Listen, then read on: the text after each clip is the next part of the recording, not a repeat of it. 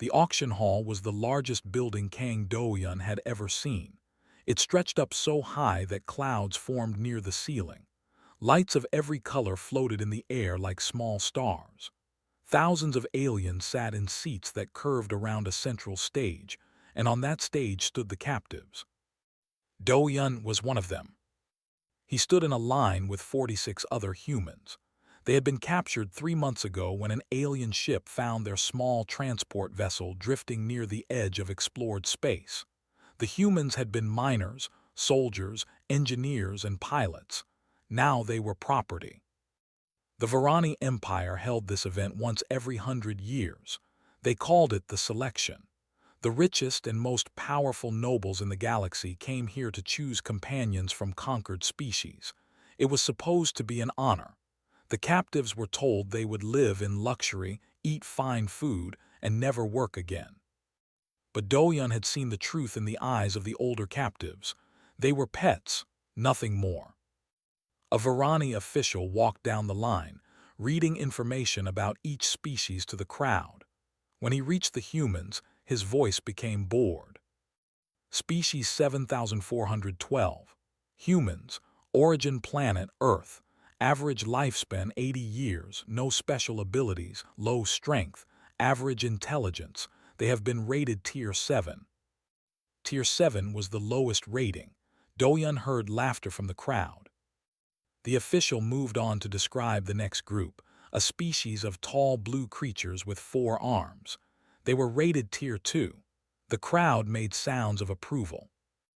Do-yun kept his eyes forward. His jaw was tight. His hands were steady at his sides. He would not show fear. He would not show anger. He would show nothing. Beside him, his friend Park Seok whispered, "Maybe no one will buy us. Maybe they will send us to a work colony instead." "Maybe," Do-yun said, but he knew work colonies were worse. People died there within a few years. The auction began. One by one, the nobles came down to the stage to make their selections. A massive alien with gray skin and golden armor chose 3 of the 4-armed creatures. A being made of living crystal selected 2 of the elegant Sylvani, a species known for their beauty. An insect-like creature purchased an Orani, the smartest species in the known galaxy. No one even looked at the humans. Hours passed. Do-yun's legs ached from standing. The other humans grew nervous. Some of them cried quietly. Others stared at the floor. Only Do-yun remained still, watching everything with careful eyes. He noticed things. He noticed how the nobles moved, how they spoke, how they looked at the captives. Most of them wanted power or beauty or strength. They wanted to show off their purchases like expensive jewelry. Then she entered. The crowd grew quiet. Every alien turned to look at the figure walking down the central aisle. She was Varani, but different from the others Do-yun had seen. The Varani were tall and thin, with skin the color of pale moonlight. They had large, dark eyes and moved like dancers. But this woman moved like something older, something ancient. Her name was Yuna of House Varath. Do-yun heard the whispers spreading through the crowd. She was over 800 years old. She had served 3 emperors. She commanded a fleet of 500 ships. She was one of the most powerful nobles in the entire empire. And she had won the right to choose first. Yuna walked slowly through the rows of captives. She passed the 4-armed warriors without a glance. She ignored the beautiful Sylvani. She did not even look at the brilliant Orani scientists. Instead, she walked toward the humans. The crowd began to murmur. Some of them laughed. What could the great Lady Yuna want with the weakest species in the hall? She stopped in front of Do-yun. Her eyes were dark like deep water at night. She studied him the way a scientist might study an interesting insect. There was no cruelty in her gaze, no pity either, just a cold, endless curiosity. Do-yun met her eyes. He did not look away. He did not bow his head. For a long moment, they simply looked at each other. The auction hall was completely silent. Then Yuna spoke. Her voice was soft, but it carried through the entire building. "This one." The silence broke into chaos. Nobles shouted in confusion. Officials rushed forward with questions. Somewhere in the crowd, an alien laughed so hard that it fell from its seat. "My lady," the auction official said carefully, "you have won the right to select any being here. There are specimens of the Kreth, the strongest warriors in the galaxy. There are Orani with intelligence scores above." "I have made my selection," Yuna said. She did not raise her voice. She did not need to. "This human, prepare him for transport." A tall Varani male pushed through the crowd. His armor was decorated with symbols of high rank. His face was twisted with anger. "Yuna," he said, "you embarrass yourself, you embarrass your house. A human. They are barely more than animals. They die in less than a century. They have nothing to offer." Yuna turned to look at him. "Lord Heron, I did not ask for your opinion. The court will speak of this for generations. The great lady Yuna, wasting her selection on a primitive creature." "Let them speak." Lord Heron stepped closer. "Is this some kind of game, some strategy I do not understand?" Yuna smiled. It was a small smile, cold and distant like winter starlight. "Perhaps, or perhaps I simply see something that you cannot." She turned away from him and walked toward the exit. Her servants rushed to follow. One of them grabbed Do-Yun's arm and pulled him along. As they left the auction hall, Do-Yun looked back one last time. He saw Park Seok watching him with wide, worried eyes. He saw the other humans, confused and afraid. He saw Lord Heron staring at him with pure hatred. Then the doors closed, and he was alone with the alien woman who had bought him. The transport ship was elegant and fast. Do-Yun sat in a small room with soft walls and warm light. No chains, no guards, just a comfortable seat and a window showing the stars. Yuna sat across from him. She had not spoken since they left the auction hall. She simply watched him with those deep, dark eyes. Finally, Do-Yun broke the silence. "Why me?" Yuna tilted her head slightly. "You were the only one who was not afraid." "I was afraid." "Yes, but you did not show it. You did not beg. You did not look away. You stood like a creature with dignity." She paused. "I have lived for 800 years. I have seen millions of beings from thousands of species. Very few of them have surprised me. And I surprised you." She smiled that small, cold smile again. "You interested me. That is much rarer." Do-Yun did not know what to say. He looked out the window at the passing stars. He thought about Earth, about his family, about the life he would never have again. "What happens now?" he asked. Yuna stood up and walked toward the door. "Now, Kang Do-Yun, we begin." She left him alone with the stars and his questions. And somewhere deep inside, Do-Yun felt something he had not expected. Not fear, not anger, not despair. Curiosity. Yuna's home was not a house. It was not even a building. It was a moon. The transport ship carried Do-Yun through space for 2 days before they arrived. When he looked out the window, he saw a sphere the size of a small planet, covered with towers of crystal and gardens of glowing plants. Rivers of light flowed across its surface like veins.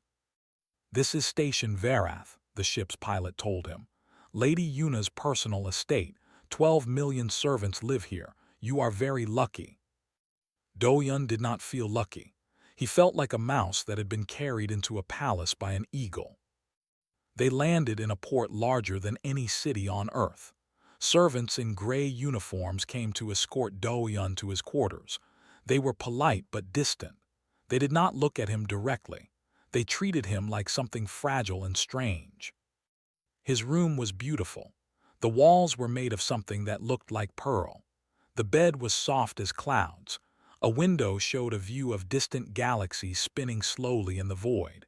There was food waiting for him, fruits and meats and drinks in colors he had never seen before. And there were no locks on the door.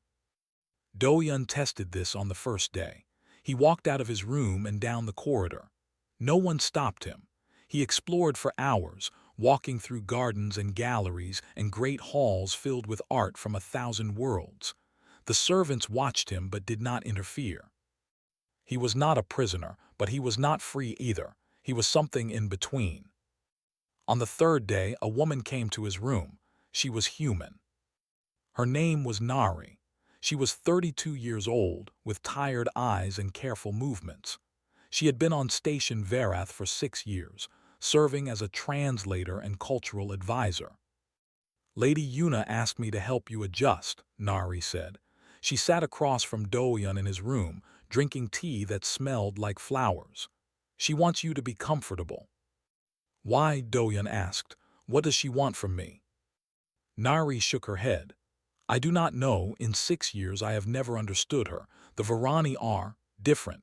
They think in ways we cannot follow. They plan for centuries. They feel things we cannot feel.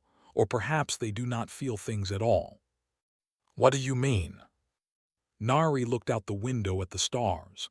The Varani live for thousands of years. At first I thought that was wonderful. Imagine having so much time, but time changes them. After a few centuries, they stop caring about most things. They have seen everything, done everything, felt everything. Nothing surprises them anymore. Nothing excites them. She turned back to Doyun. Lady Yuna is over 800 years old. I have worked beside her for 6 years and I have never seen her laugh. I have never seen her cry. I have never seen her angry. She is like a statue made of ice. Beautiful but cold. Doyun thought about this. He remembered Yuna's eyes at the auction, that deep and endless curiosity. She said I interested her. Then you should be careful, Nari said. The Varani get bored easily. When they lose interest in something, they throw it away. The days turned into weeks. Doyun settled into a strange routine. Every morning he exercised. The gravity on Station Verath was lighter than Earth's, so he had to work harder to keep his muscles strong. He ran through the corridors, climbed the walls of empty chambers, lifted heavy objects he found in storage rooms. The servants watched him with confusion. Why would anyone work so hard when they did not have to? Every afternoon, Yuna summoned him. They met in a garden filled with flowers that sang when the light touched them.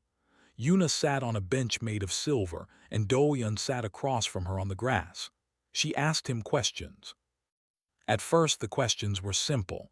Where was he born? What was Earth like? What did humans eat? How did they sleep? Doyun answered carefully. He did not trust her. He did not understand what she wanted. But he was curious too, and curiosity was a kind of courage. The questions became stranger over time.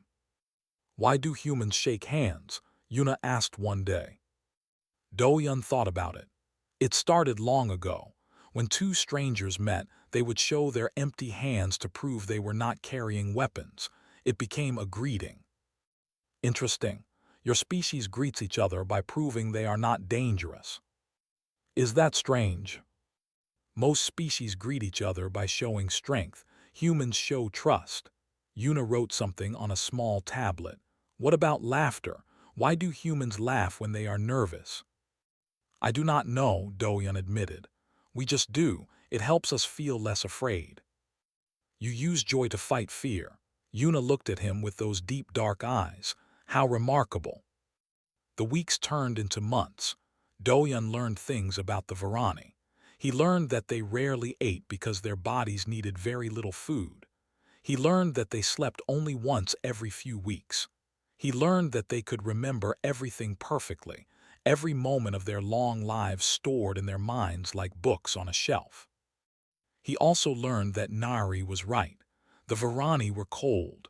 The servants who worked for Yuna did their jobs perfectly, but there was no warmth in them. They did not joke with each other. They did not complain about their work. They did not celebrate holidays or birthdays or anything at all. They existed, but they did not seem to live. One day, Doyun found a broken machine in one of the storage rooms. It was some kind of cleaning device, small and round, with wheels that no longer turned. The servants had thrown it away, planning to replace it with a new one. Doyun took it back to his room. He found tools in a maintenance closet. He spent 3 days taking the machine apart and putting it back together. His hands got dirty. He cut his fingers on sharp edges. He failed many times. But in the end, he fixed it. He did not know why this mattered. The machine was worthless. But when he pressed the button and watched it roll across the floor, working again, he felt something bright in his chest. Pride, satisfaction, joy. He looked up and found Yuna standing in his doorway. She was watching him with an expression he had never seen before. Her eyes were wide. Her lips were slightly parted. She looked almost hungry. "You fixed it," she said. "Yes." "Why? It would have been easier to request a new one." Do-yun looked at the machine rolling happily around his room. "I do not know. I just wanted to.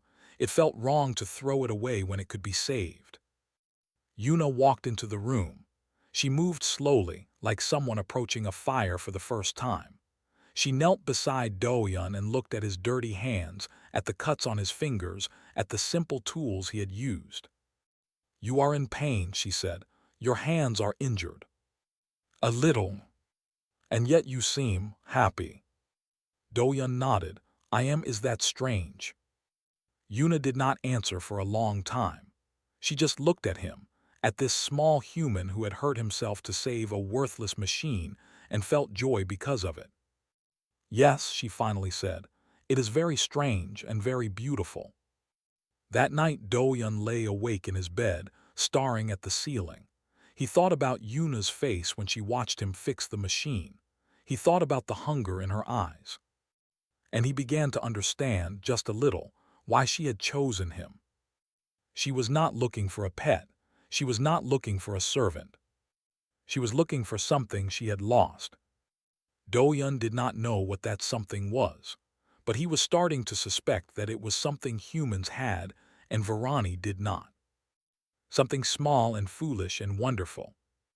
Something that made a man spend 3 days fixing a broken machine, just because it felt right. He fell asleep with the little machine sitting beside his bed, humming softly as it charged. And somewhere in the station, in a room filled with ancient books and dying flowers, Yuna sat alone and thought about a human smile. For the first time in 300 years, she wanted something. She just did not know what to call it yet. The message came on a cold morning, 3 months after Do-yun arrived on Station Verath. He was eating breakfast when Nari rushed into his room. Her face was pale. Her hands were shaking. "Lord Heron," she said, "he has challenged Lady Yuna." Do-yun put down his food, challenged her how. "A trial of worth. It is an old Varani law. When a noble questions another noble's selection, they can demand that the chosen companion prove their value." Nari sat down heavily. "If you fail, Heron takes you from Yuna. He will make your life very short and very painful." Do-yun felt cold inside, but he kept his voice steady. "What kind of trial?" "It is called the hunt. You will be placed on a hostile world with no weapons and no help. You must survive for 3 planetary rotations. If you live, you prove your worth. If you die—" She did not finish. "When?" "Tomorrow." Do-yun spent the rest of the day preparing. He asked Nari everything she knew about the trial. He studied maps of worlds the Varani used for such events. He exercised until his muscles burned. That evening, Yuna came to his room. She stood in the doorway, tall and pale and impossibly still. For a long moment she just watched him. "You should not have been chosen," she said quietly. "I knew Heron would do this. I knew the risk, and I chose you anyway." Do-yun stopped his exercises and faced her. "Why?" "Because when I saw you at the auction, I saw something I had not seen in centuries. Something I thought was gone from the universe." She paused. "I was selfish, and now you may die because of my selfishness." "I might live." Yuna shook her head slowly. "The hunt is designed for warriors, species with 4 arms and armored skin, species that can see in the dark and run faster than wind. Humans are not meant to survive it." Do-yun walked toward her. He stopped close enough to see the faint lines around her ancient eyes, the weight of 800 years pressing down on her shoulders. "You chose me because I was different," he said. "You wanted to understand why humans interest you. Maybe this is your answer. Maybe you will learn something from watching me try. I will learn that humans die like everyone else. Maybe, or maybe you will learn that we die differently." Yuna looked at him for a long time. Something moved in her dark eyes, something he could not name. "You are not afraid," she said. "I am terrified, but I will not let fear stop me." She reached out and touched his face. Her fingers were cool and smooth like glass. "Survive, Kang Do-yun. Survive and show them what I saw in you." Then she was gone, and Do-yun was alone with the night and his fear. The planet was called Vexar 7. It was a world of red jungles and black mountains, filled with creatures that hunted in the darkness. The air was thick and hot, heavy with moisture and the smell of rotting plants. Do-yun landed alone in a small clearing. The transport ship lifted off immediately, leaving him standing in the alien wilderness with nothing but the clothes on his back. 3 rotations, 72 hours on this world where each day lasted 24 hours just like Earth. A strange coincidence. He started moving immediately. The first thing he needed was water. He had seen streams on the map before landing, so he walked toward the nearest one, moving carefully through the undergrowth. The plants were strange, with leaves like knives and roots that moved when he stepped on them. He found the stream after 2 hours. The water was red, colored by minerals in the soil. He did not know if it was safe to drink. He watched the area for a long time. Small creatures came to drink from the stream. They looked like lizards with too many legs. They drank the water and walked away, healthy and alive. Do-yun drank. The water tasted like metal, but it stayed in his stomach without making him sick. He drank until he was full, then filled his pockets with wet leaves to carry water with him. Night came fast on Vexar 7. The red sun dropped below the horizon, and darkness swallowed everything. But Do-yun had prepared. He found a tall tree with thick branches and climbed high above the ground. He tied himself to the trunk with vines so he would not fall while sleeping. Below him, things moved in the darkness. He heard screams and growls and the wet sounds of creatures eating, but nothing climbed his tree. Nothing found him in the high branches. He slept in short bursts, waking often to check his surroundings. It was uncomfortable and frightening. But he survived the first night. The second day was worse. He needed food. The water kept him alive, but his stomach was empty and his body was growing weak. He searched the jungle for anything he could eat. He found insects beneath rocks. They were fat and white and disgusting. He ate them anyway. He found fruits hanging from vines. He did not know if they were safe, so he watched the animals eat them first. One type of fruit made the animals sick. Another type seemed fine. He ate the safe ones. He built traps using sticks and vines. He had learned how to do this as a boy when his grandfather took him camping in the mountains of Korea. The memories felt distant now, like dreams from another life. The traps caught nothing on the second day, but Do-yun did not give up. He rebuilt them, made them better, waited patiently. On the second night, something found him. It was big. He could not see it clearly in the darkness, but he could hear it breathing below his tree. Heavy, wet breaths that sounded hungry. The creature tried to climb. Its claws scraped against the bark. The whole tree shook. Do-yun held on tight. His heart pounded so loud he thought the creature could hear it. The creature climbed higher, closer. Do-yun could smell it now, a terrible smell like blood and rotting meat. Then a branch broke beneath its weight. The creature fell, screaming, crashing through the undergrowth below. It lay still for a moment, stunned. Then it ran away into the darkness, too injured or too afraid to try again. Do-yun did not sleep for the rest of the night. The third day was the hardest. His body was weak from hunger and exhaustion. His muscles ached. His head throbbed. Every step felt like climbing a mountain. But he kept walking. His traps had caught something during the night, a small creature with fur and sharp teeth. Do-yun did not have fire to cook it, so he ate the meat raw. It was the worst thing he had ever tasted, but it gave him strength. He walked toward the pickup point, the place where the transport ship would collect him if he survived. It was far away, beyond a river and through a valley filled with fog. The river was deep and fast. Do-yun could not swim across. He spent hours finding a place where fallen trees made a bridge. He crawled across on his hands and knees, the water rushing beneath him, ready to sweep him away if he fell. He did not fall. The valley was worse. The fog was so thick that he could barely see his own hands. Things moved in the mist, shadows that watched him with hungry eyes. He walked slowly, carefully, feeling each step before he took it. Once something grabbed his leg. He kicked free and ran, not knowing where he was going, just running until his lungs burned and his legs gave out. When he stopped, the fog was thinning. He could see light ahead, the red sun rising on the third day. He had made it through the night. The pickup point was a flat rock on the top of a small hill. Do-yun climbed the hill with the last of his strength. His legs shook. His vision blurred. He fell twice but got back up each time. He reached the top just as the transport ship appeared in the sky. The door opened. Varani officials stepped out, their faces frozen in shock. Behind them, watching through a screen on her station millions of miles away, Yuna sat perfectly still. She was watching a human who should have died on the first night.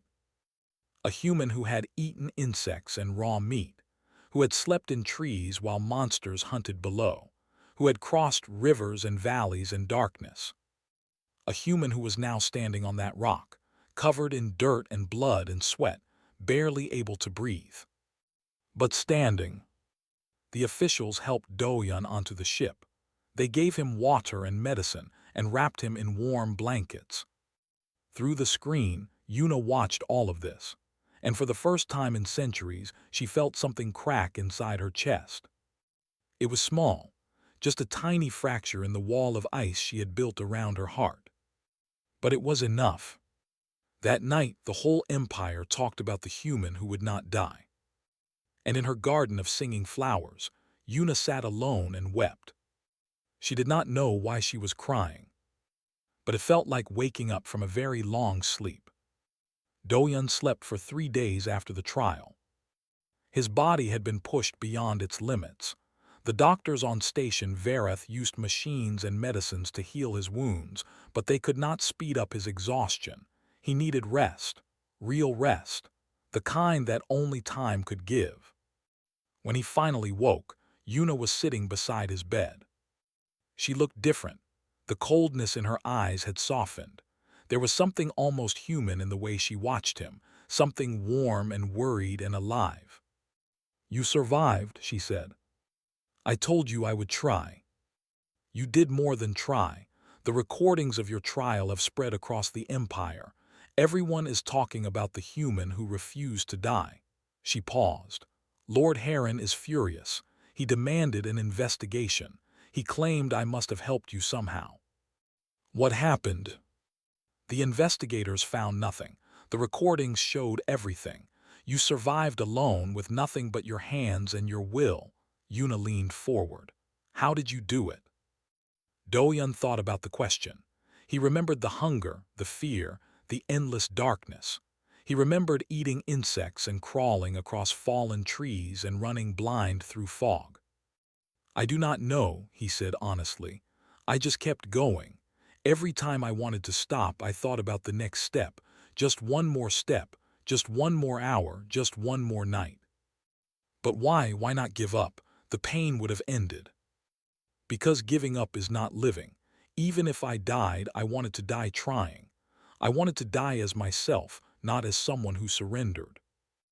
Yuna was quiet for a long time. She looked at her hands, those perfect pale hands that had never known dirt or blood or struggle. I have lived for 847 years, she said. In that time I have seen empires rise and fall. I have watched stars die. I have known millions of beings from thousands of worlds. She looked up at him. And I have never understood why anyone would choose to suffer when they could choose to stop. It is not about choosing suffering. It is about choosing meaning. Meaning. The word seemed strange on her tongue, like a language she had forgotten. On that planet I was cold and hungry and afraid, but I was also alive. Every moment mattered, every breath was precious, every step meant something. Doyun sat up slowly, his body still weak. When everything is easy, nothing feels real. But when you struggle, when you fight, when you refuse to give up even when everything tells you to stop, that is when you feel most alive. Yuna stood up and walked to the window. Outside, stars burned in the endless dark. The Varani have forgotten how to feel alive, she said quietly. We have forgotten how to feel anything at all. Doyun waited. He could sense that she wanted to tell him something important, something she had never told anyone before. When I was young, just 200 years old, I fell in love, Yuna said. His name does not matter now. He was a soldier, brave and passionate and full of fire. I loved him more than I had ever loved anything. Her voice was soft, like wind through dead leaves. He died in a stupid war over territory that no one even remembers now, and when he died I felt pain so deep that I thought it would destroy me. She turned to face Doyun. So I did what all Varani do. I buried the pain. I locked it away. I told myself that feeling so much was dangerous, that love was a weakness, that caring was a mistake. And it worked. Too well. Yuna walked back to his bed and sat down. Over the centuries I became numb, not just to pain but to everything. Joy, wonder, curiosity, hope. They all faded away like colors in old cloth. I stopped wanting things. I stopped caring about things. I existed, but I did not live. She reached out and took his hand. Her touch was cool but gentle. And then I saw you at the auction, standing among your fellow humans, knowing you were about to be sold like livestock. And you were afraid, I could see that. But you did not break. You stood with dignity. You looked me in the eye. Why did that matter? Because in that moment, I saw something I had forgotten existed. I saw someone who felt everything deeply but refused to be controlled by those feelings. Someone who was afraid but still brave. Someone who was weak but still strong. Yuna's grip tightened on his hand. I chose you because I wanted to understand.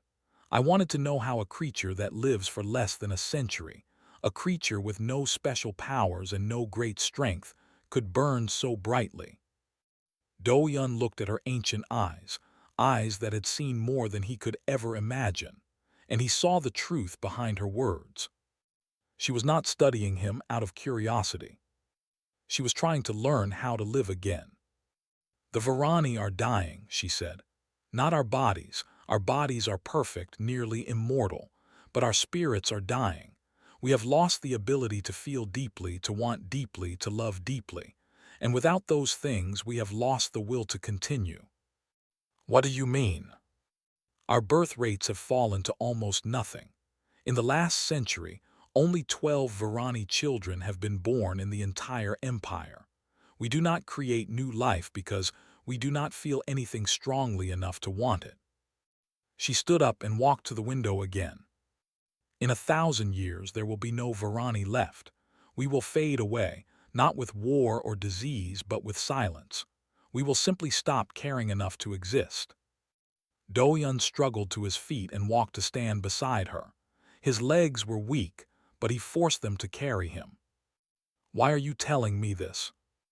Yuna turned to face him. Her eyes were shining with something he had never seen before. Tears, real tears rolling down her pale cheeks. Because you are the first thing in centuries that has made me feel something. When I watched you survive that trial, when I saw you refuse to give up even when everything said you should, I felt my heart beat faster. I felt fear for your life.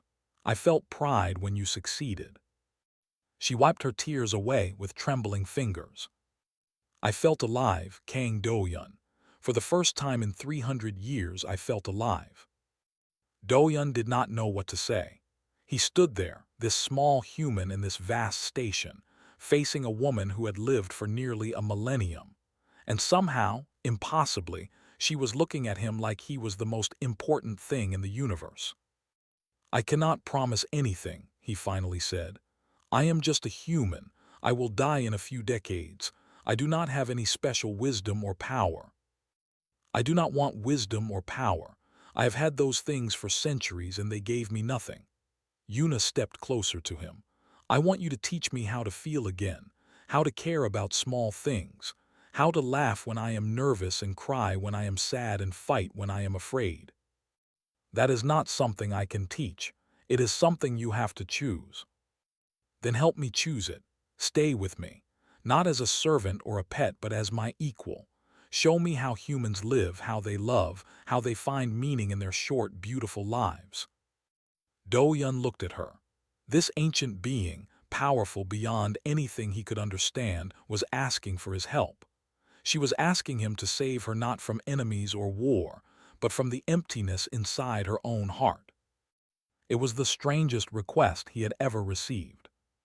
It was also the most human. He took her hand again. I will try. Yuna smiled. It was a real smile this time, not the cold, distant expression she had worn before. It was small and uncertain and imperfect. It was the most beautiful thing Do-yun had ever seen. That is all I ask, she said. Just try. And standing there, holding hands in the light of 1 billion stars, two beings from different worlds began a journey together. A journey to learn what it meant to be alive. Word spread through the empire like fire. At first, it was just whispers. The human who survived the hunt. The human who made Lady Yuna cry. Strange stories from a distant station about an ancient noble who was learning to laugh again. But whispers became conversations. Conversations became debates, and debates became something much bigger. Within 6 months, 3 other high-ranking Varani had traveled to Station Verath to see Do-yun for themselves. They watched him cook meals in the kitchen, using simple ingredients to create dishes that smelled like home. They watched him tell stories from Earth, tales of heroes and lovers and ordinary people doing extraordinary things. They watched him sit with Yuna in the garden, talking about nothing important, just enjoying each other's company. And they felt something stir inside them, something they had forgotten existed. One of them was a commander named Tiho, over 600 years old. He had led fleets into battle and conquered entire star systems. But when he watched Do-yun teach Yuna how to fold paper into the shape of a bird, he felt his eyes grow wet for the first time in 4 centuries. It is such a small thing, he said to Do-yun later. Folding paper, it serves no purpose. That is why it matters, Do-yun replied. Not everything needs a purpose. Sometimes beauty is enough. Tiho went home and asked his servants to find him a human companion. He wanted to learn how to fold paper birds too.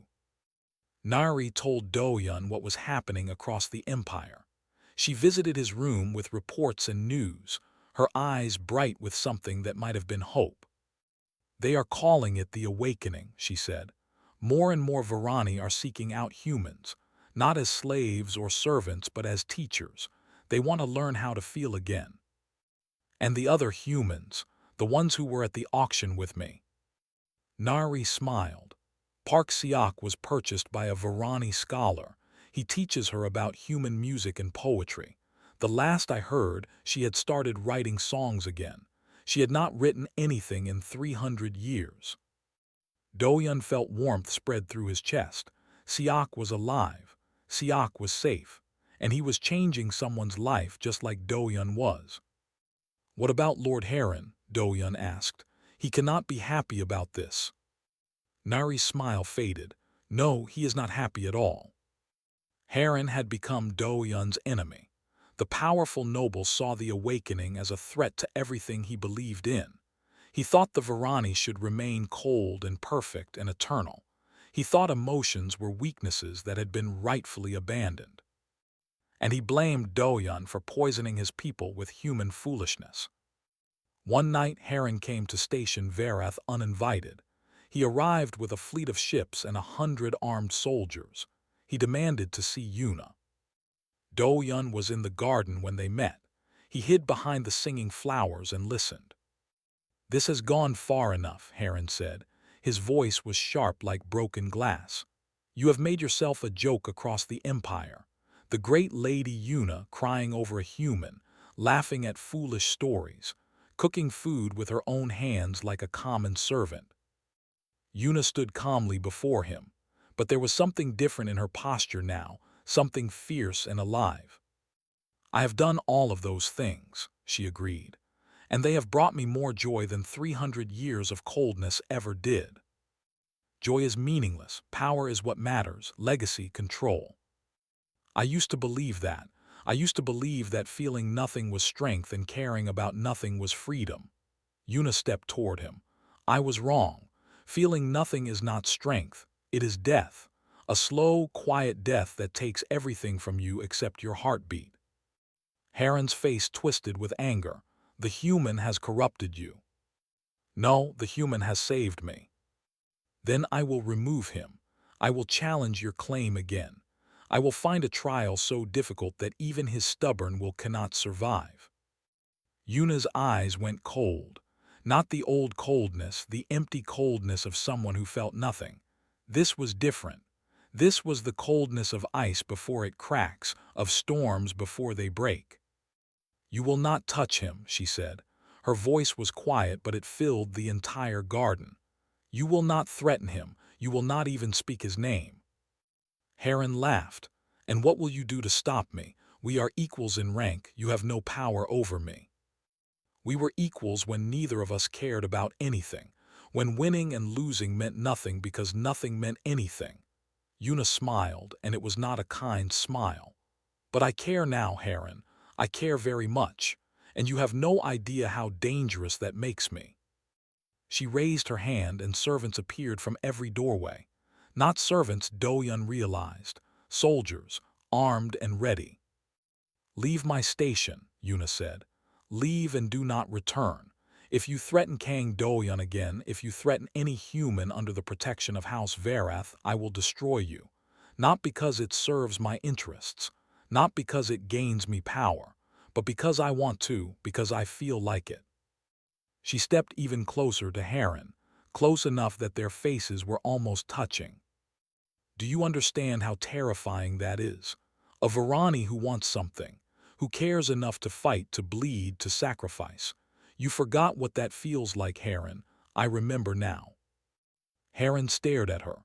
For the first time, there was fear in his ancient eyes. "This is not over," he said. "Yes, it is." He left. His fleet withdrew. And across the empire, everyone heard what happened. Lady Yuna of House Verath had defended a human against one of the most powerful nobles in the galaxy. She had threatened war for him. The awakening grew faster after that. Humans became the most sought-after companions in the empire, not for their strength or intelligence, but for something no other species could offer.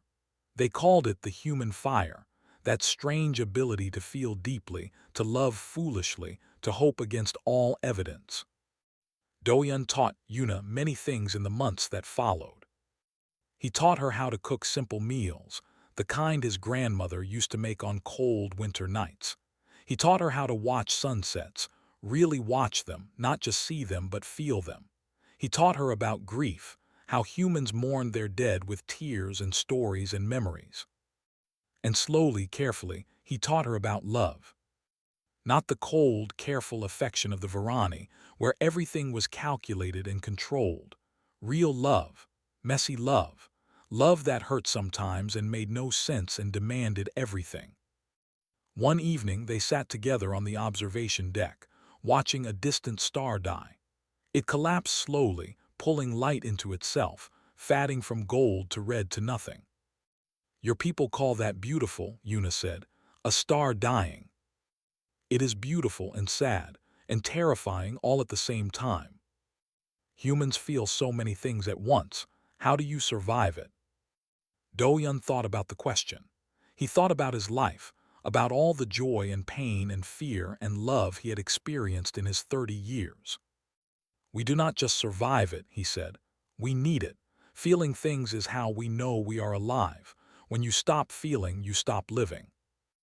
Yuna reached out and took his hand. Her fingers were warmer now, or maybe he had just gotten used to their touch.